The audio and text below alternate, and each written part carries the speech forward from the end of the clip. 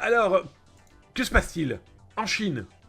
Pays quand même où on a un certain nombre de populations. C'est simple, hein, qui vous fabriquent des cheaters, des outils, des trainers, ou alors ils farment des personnages. Alors je vais traduire un petit peu rapidement pour les personnes qui ne savent pas de quoi je parle. Farmer, c'est ferme, vous l'aurez compris en anglais.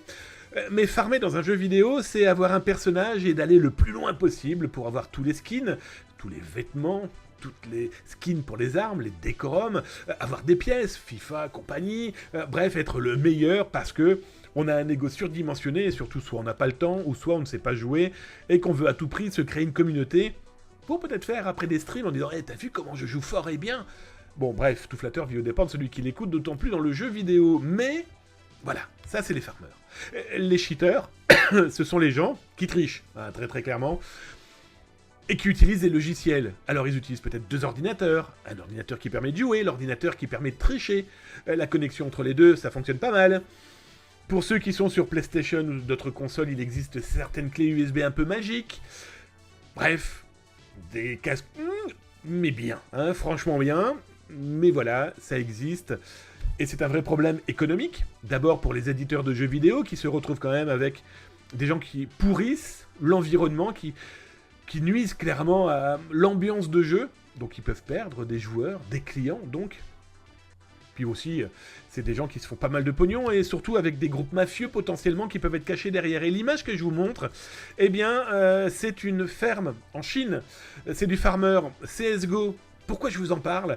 Eh bien parce qu'il y a quelques jours, CSGO a fait une base, mais alors, ils vous ont sorti le canon à ban définitif, eh bien de farmers et de tricheurs. Donc là, vous avez par exemple, eh bien un petit farming de chez Mamie, avec tous ces ordinateurs et des gens qui sont là pour jouer, pour douillir, pour récupérer des armes, pour pouvoir ensuite les revendre.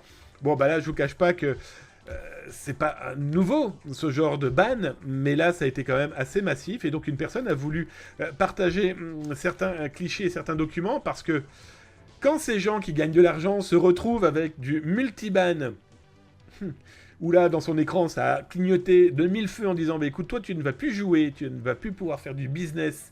Vous voyez toutes les caisses derrière, hein, toutes les caisses potentiellement qui tentent de revendre ou de, en tout cas, de faire du business. Bon bah voilà, les bans sont tombés. C'est simple, hein, comme cerise, pas de groupe à bas, hein, mais cerise sur les cerisiers.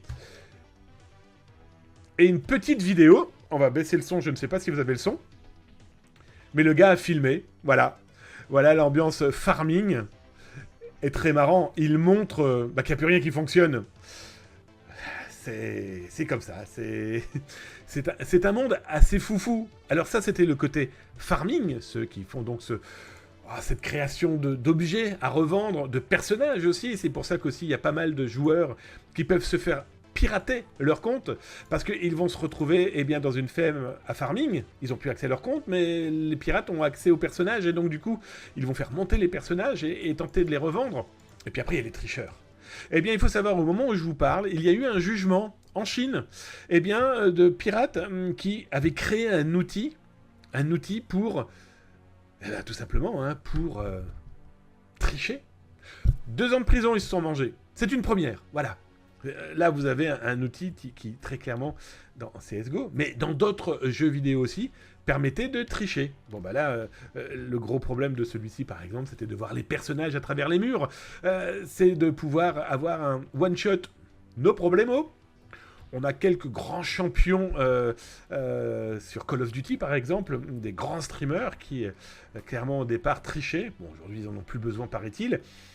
Mais voilà, ce genre d'outil est un vrai problème. Eh bien, ces vendeurs de cheat, de logiciels de tricherie, eh bien voilà, c'est une première.